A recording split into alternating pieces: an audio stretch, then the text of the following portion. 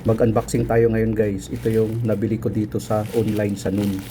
Ito siya guys ay ano ito, pang sharpening. Ano to, knife sharpener.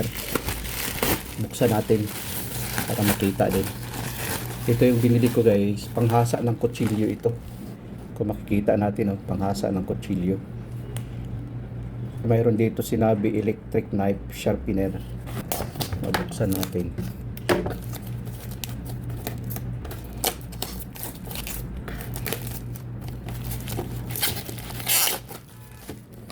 Ito na siya ngayon guys, no, kung makikita natin.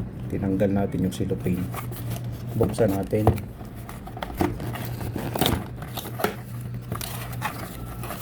Ito na siya sa ilalim.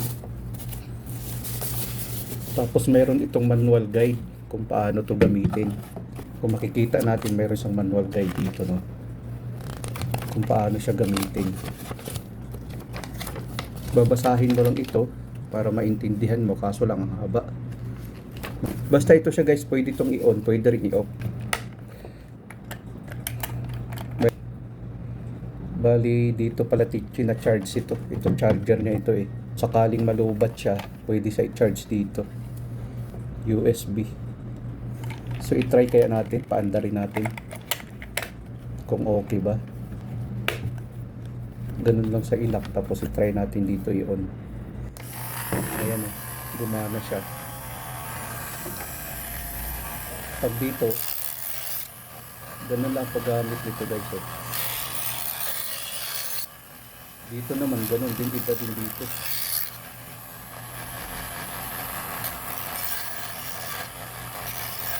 Ganun lang palang paggamit nito.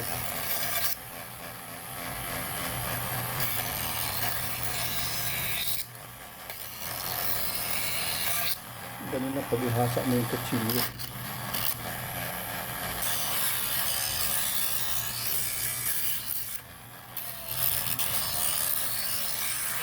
Ganun lang. Tapos pag i-off mo, dito lang din i-off, no? Ganun lang paggamit niya. Panghasa kasi ito ng kutsilyo. Yung kutsilyo kasi namin mapurol na eh.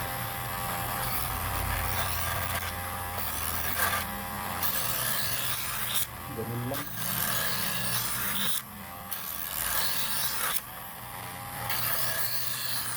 So madali lang siyang gamitin. Kaya kung makikita mo, okay na rin yung kutsilyo.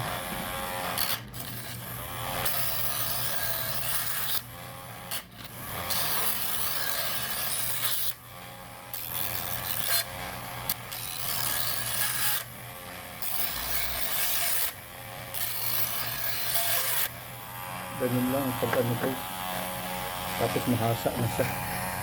Ganun lang kadali. Ito na siya guys, ang aking na-order. Kung gusto nyong bumili nito guys, through online, pwede rin.